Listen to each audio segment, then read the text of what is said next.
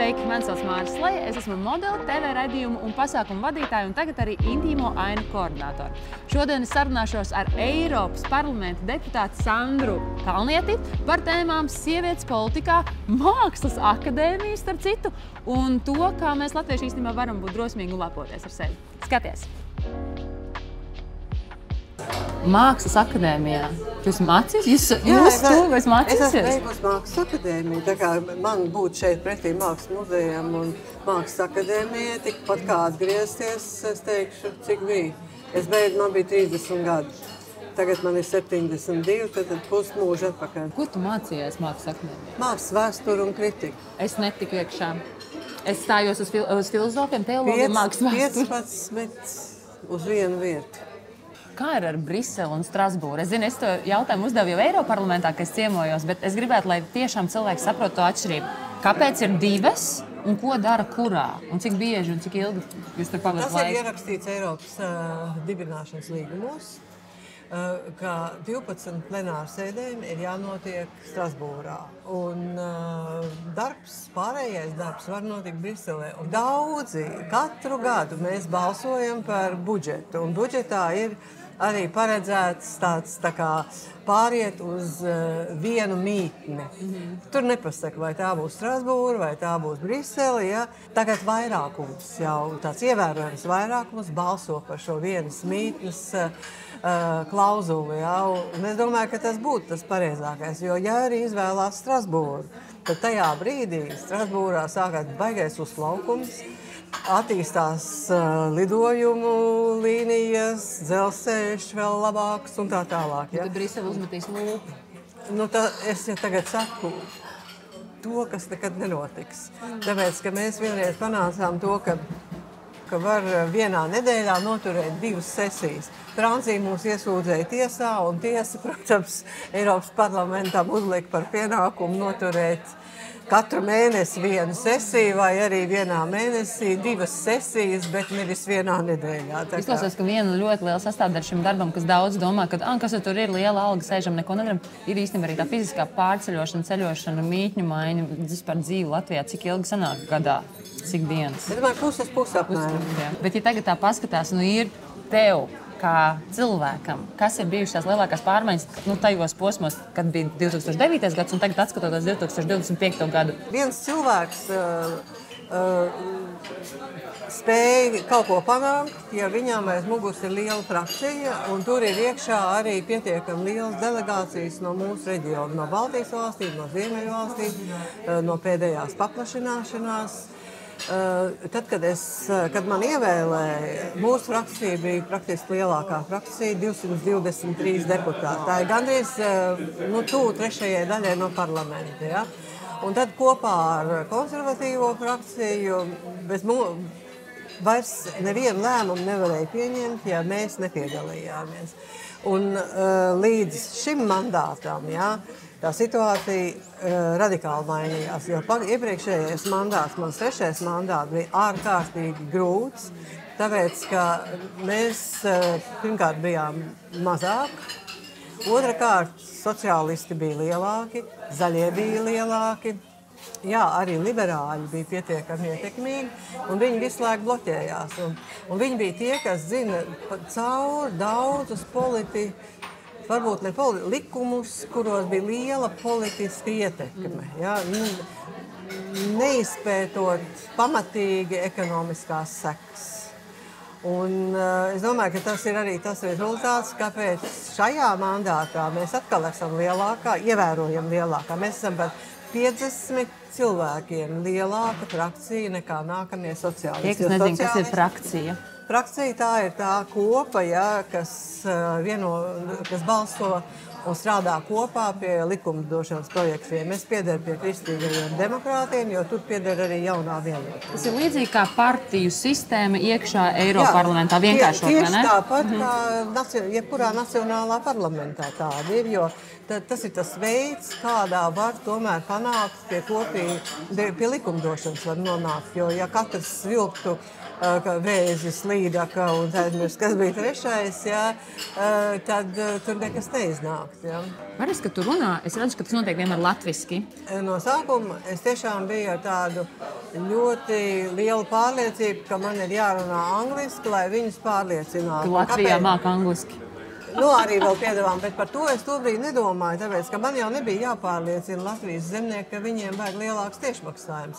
Kurā mirklī nokritika tā maiņa no angļu valodas uz latviešu valodu? Es runāju par kaut ko, kas bija svarīgs Latvijas cilvēkiem, es runāju latviešu valodā, bet ja es, piemēram, runāju kara pēc Krimas aneksijas, ja, es galvenokārt runāju angliski, tāpēc, ka man bija svarīgi, lai to dzird Krievijā, jo viņi jau nepūlētos tulkot latviešu valodu, un, protams, lai to dzird arī mani draugi Ukraiņi, lai viņi dzird, ka mēs viņus atbalstam, jā. Cik saprotu, katrs no jums, Eiroparlamenta deputātiem, ir arī kaut kādās mazākās struktūrās, kur jūs strādājat ar kādu no tēmām. Mēs strādājam komitejās, un tad vēl ir delegācijas, starpparlamentārās delegācijas. Es esmu nevis Latvijas, bet Eiropas parlamenta Ukrainas delegācijā. Bet tad mēs tā kā tomēr koncentrējamies uz tēmām, kuras mēs vislabāk pārvaldam. Ja? Un, protams, ka man tās ir ārlietas, jo es esmu ārlietās kopš 93. gada. Ja? Un vēstures politika, tā vēl viena tēma. Tas leciens lauksaimniecībā, tas bija tāpēc, ka vienkārši neviens ar to nenodarbojās. Un man likās ļoti netaisni, kā vispār tā reforma notiks, un es iesaistījos, un tā kā man aiz muguras bija milzīga, varētu teikt, pieredze tieši kā organizēt lobby, jo Latvijas Tautas fronte, tas arī bija milzīgs politisks lobbyis. Kāpēc tas ir planšets uz galda? Tu sākām mēs runāt, pirms sāka filmēt, tu teici, ka man interesē tās sievietes, un tāpēc tu gribi parādīt man kaut kādu grafiku. Jā, es nezinu, vai tas ir tā vērts. Bet es gribu saprast. Bet tā kā jautājums, kā tad ir audzis tas sieviešu pārstāvniecība? Šeit var redzēt, zilā līnija ir veči, un šī līnija ir sievietes. Ja? Es redzu kritumu vīriešu vairāk noteiktu. 1,3%, tad, kad parlaments sāk darbu. Šeit jau apmēram mēs staigājam tā vienā likmē. Ja? Bet tā atšķirība ir šobrīd pašlaik Eiropas parlamenta priekšsēdētāja ir sieviete. Un kas arī ir zīmīgi, ka viņa tika ievēlēta atkārtoti ar vislielāko balsu skaitu, jebkad, kas ir nodots par kādu priekšsēdētāju. Jo viņa tiešām ir ļoti laba, viņa nevis sāsina, bet mīkstina. Viņa tūlīt, piemēram, pēc Krievijas iebrukuma Ukrainā, viņa tūlīt aizbrauca uz Kijevu. Viņa bija pirmais rietumu politiķis, kas aizbrauca uz Kijevu. Un es viņu apskaudu. Es domāju, es būtu tieši to darījusi arī. Bet tas ļoti interesanti, arī paskatoties uz šo grafiku par tām sievietēm, jo man vienmēr liekas, ka Latvija īstenībā ir tāda, kur matriarchāts diezgan rulēs. Pat es augus matriarchātā, varbūt tas tā nav, bet esot tur Eiropas centrā. Kā tu redzi, kā mainās pasaule? Kļūst vieglāk būt sievietei politikai? Tā politika, kurā es iesaistījos, tā bija revolucionāra situācija, un tur vairs nav tik liela nozīme sieviete, jo tā nav tradicionāla situācija. Sieviete vai vīrietis, ja tu spēj, tad tu ej un tad tu dari. Ja? Tajā partiju politikā, tas Old Boys Club ir ļoti spēcīgs, un kas varbūt vājinās tagad, bet līdz nesenam laikam, diezgan daudz sievietes arī tā kā vairāk atbalstīja, tīpaši dēlētājs, vairāk atbalstīja tieši vīriešus, ja? Uzskatot, ka viņi tā kā ir vairāk piemēroti. Ja? Viena no tēzēm pļāpīga kā sieviete. Ja? Es varu apstiprināt, ka neviens tik daudz nerunā kā parlamentā veči. Jūs gribētu, ka mēs noejam gar to muzeju un gar to mākslas akadēmiju. Bet tam ir nozīme, tavuprāt, kad ir tomēr tas līdzsvars starp vīriešiem un sievietēm parlamentā, Eiroparlamentā. Tas tiešām kaut ko ietekmē. Es domāju, ka ir nozīme, tāpēc, ka sievietēm ir cits skatījums, jo es vienmēr domāju, ka labi, tev ir 3 dēli, vīrs, tur vecāki un tā, un ko tu dari? Tu visu laiku diplomātiski klavierēs starp viņiem, ja? Un tās ir kolosāls iemaņas, ja? Un sievietes ienes nevis hormonu uzdzītu spēku un dusmas, ja? Bet, labi, veči, tagad sakārtosim tās lietas. Es vēl gribēju pajautāt par to valodu, jo dažreiz es zinu, ka manā burbulī cilvēks saskarās. Es nesaprotu, ko te politiķi runā, es nesaprotu, ko viņi tur stāsta.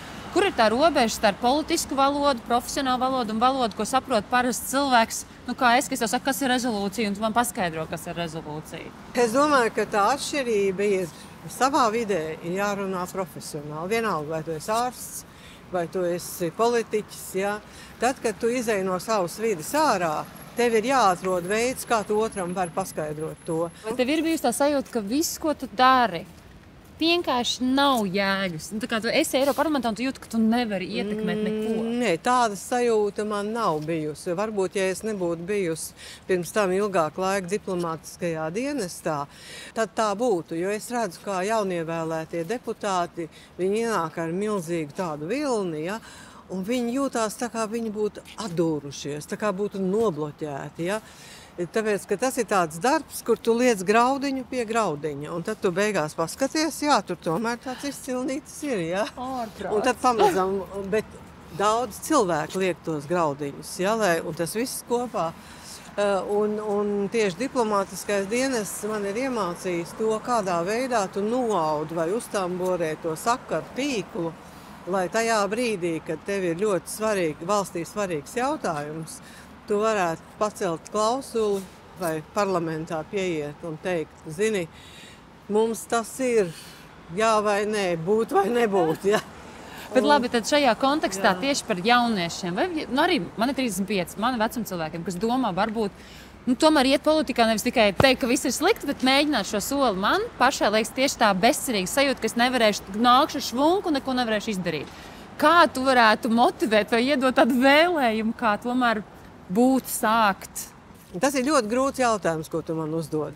Tad, kad pie manis griežās cilvēki, kuriem ir 20 gadi, un es viņiem ļoti stingri iesaku to nedarīt.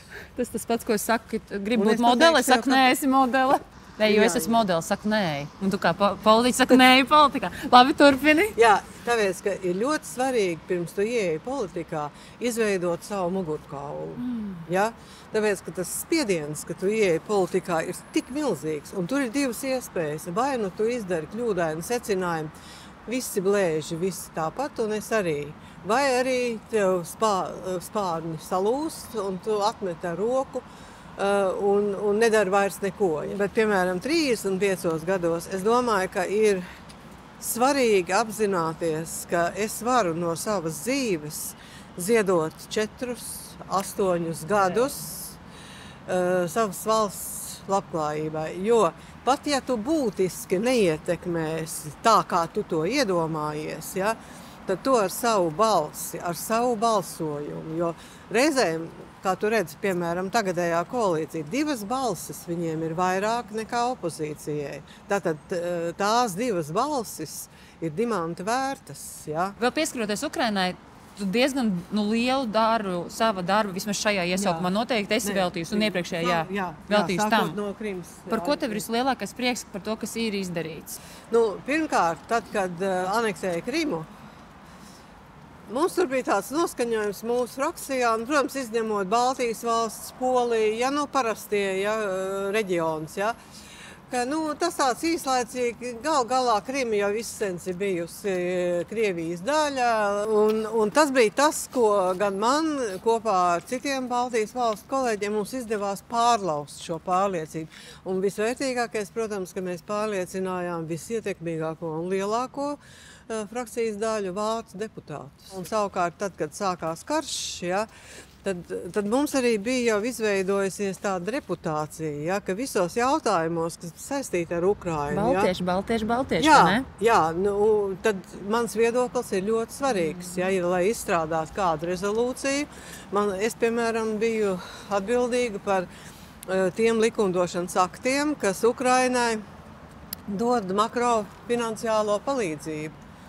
50 miljardi, 18 miljardi, izklausās tā nekas. Ir labi, ne? Man šķiet, ka mums latviešiem vēl joprojām, mums ir trauma tagad, protams, jā. Bet tā sajūta, ko mēs mazi. Vai tu tā esi kaut kad jutusies? Jā. Vai tas, jā? Jā, kad tas tev mainījās? Tajā brīdī, kad mēs iestājāmies Eiropas Savienībā, man bija tāda sajūta, ja, ka mēs tā kā esam ielaisti goda istabā pie lielā galda. Ja. Taču laikam ejot, ja, un arī strādājot ar šiem jautājumiem, es pilnīgi zaudēju jebkādus mazvērtības kompleksus, ja, tāpēc, ka mums ir 9 deputāti, pirms tam mums bija 8 deputāti, ja, bet es 7,5 gadus biju atbildīga par ārlietu portfeli. Ja, un ne tikai es, paskatieties uz Valdu Dabrovski. Ja? Nu labi, Straume. Ja? Mums ir kolosāli zinātniece. Es viņai vārdu neatceros, tagad lasu par peļu austiņām un ādas imunitāti. Ja? ChatGPT iegūlējiet. Es sapratu no tā apraksta, ka tas, ko viņi ir izdarījusi, un tā publikācija Nature žurnālā ir kaut kas līdzvērtīgs Oskaram, ja, zinātnes pasaulē. Mums ir tik daudz lietu. Šogad mēs svinam 250 gadus Krišjānim Valdemāram, kurš to dzimtcilvēku, zemnieku tautu izveda jūrās, Latviju braucat jūriņā. Ja? Ko mēs mēģinām, es teikšu tā, kačāt visu laiku latviešu forši, mums sanāk, mums izdod, beidzam īdēt. Nu, ko tu viņam tā īsti pateikt? Saņemies, tā kā noticis sev. Jā, paņem izslauka istabu, izmazgā zeķes, safrizē matus, iztaisno muguru un padomā par tiem daudzajiem, kas pirms tevis ir gājuši, lai tu te nonāktu. Ja? Es domāju, ka tā sirkšana ar to slimīgo provinciālo pašapziņu, ar ko mēs individuāli daudzi mocamies, tā ir mūsu vislielākā problēma. Ļoti ir daudzas citas tautas, ja, kas vienu mazu nieku māk padarīt par milzu lietu. Ja? Mēs kā tieši otrādi. Nē, nu tas jau nekas dišs nav, nu ko tad es, ja? Nē, iztaisnojām muguras un apzināmies. Nav daudz tādas tautas, kurām vienā gadsimtā ir izdevies nodibināt valsti un atgūt to valsti, ja? Piemēram, latvieši to izdarīja, mēs uzvarējām Bermontu, ja? Mēs izturējām rusifikāciju, mēs atgriezāmies no Sibīrijas, ja? Nav daudz tādu tautu, jo, ja paskatās pasaules vēsturē, tad ir tik daudz valodas, kas ir pazudušas. Zini, man patīk, es uz tevi skatos, un patīk, ka fonā mums ir Latvijas, Ukrainas un Eiropas karoks. Super! Es tev došu 5, es nezinu, kāpēc, man gribās tev iedot 5. Nu, man liekas, jā, es gribētu tādu prātu, kāds ir tev. Tādā, es neteikšu par to vecumu, tas būtu eidžisms, jā. Bet, aizmirst, es apzinos savu eidžismu un faktiski ļoti lepojos ar to, jo ir lepojos. Baigās priekšrocības manos gados. Kuras? Man 35-gadīgais sēdē pasaka, kura ir priekšrocība par eidžismu, ko es varu paņemt no tevis? Es tev pateikšu, man bija 39 gadi, kad es kļuvu vēstniece. Un tas arī bija tāds periods, kad vēl bija diezgan maz sievietes šajā amatā. Un faktiski tad, kad es piegāju, lai runātu kaut kādā pieņemšanā, tur stāv mani kolēģi vēstnieki, lai es runātu par kaut kādu svarīgu Latvijai jautājumu, viņi pārgāja no profesionālās valodas uz to valodu, ko viņi lieto ar vēstnieku sievām. Jā, un mana tagadējā priekšrocība ir, ka mani vairs neuztver kā sievieti, kas ir seksuālā vecumā. Man uztver kā cilvēku, un tā ir liela priekšrocība. Man vairs nav jālauz galvu, ka tad, kad es pieskāršos kādam kungam, viņš domās, oh, wow, that's sexual harassment, ja?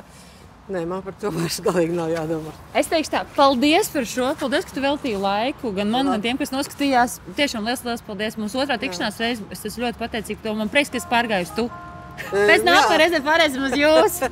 Nākamreiz runāsim uz jūs. Jā. Paldies tev liels. Paldies jums visiem. Paldies.